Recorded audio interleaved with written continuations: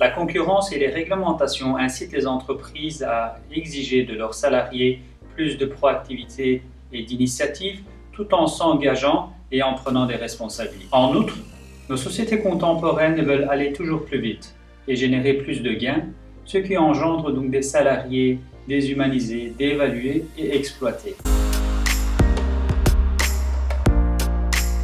L'engagement au travail est défini comme un travail valorisant et positif lié à un état d'esprit qui se caractérise par la vigueur, le dévouement et l'absorption, c'est-à-dire qui vise à mesurer combien une personne est impliquée dans son travail. La vigueur fait référence à des niveaux élevés d'énergie. Le dévouement englobe les sentiments de fierté, d'enthousiasme et d'inspiration. Et la dernière dimension de l'engagement est l'absorption, caractérisée comme étant totalement concentré au travail de manière telle que le temps semble passer rapidement. Prenons le cas des infirmiers. Les attentes élevées et les comportements irrespectueux de certains patients et de leurs proches, la fréquence des conflits interpersonnels peuvent les amener à vivre des moments très stressants et qui auront aussi tendance à déstabiliser leur engagement.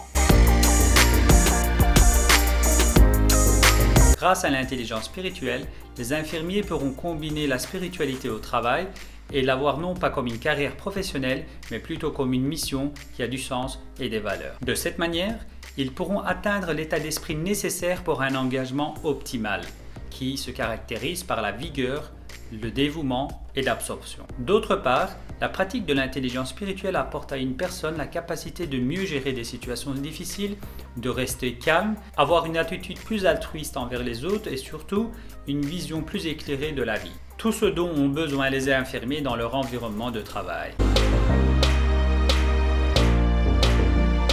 Une étude scientifique réalisée sur 179 infirmiers prouve la relation significative et positive entre l'intelligence spirituelle et l'engagement au travail. Une autre étude réalisée à l'université de Ferdowsi montre aussi une relation positive entre ces deux variables. Voilà pour aujourd'hui. N'hésitez pas si vous avez des questions à commenter ci-dessous et à vous abonner à cette chaîne si ces sujets vous intéressent. Et vous pouvez aussi me suivre sur les différents réseaux sociaux. Merci et à bientôt.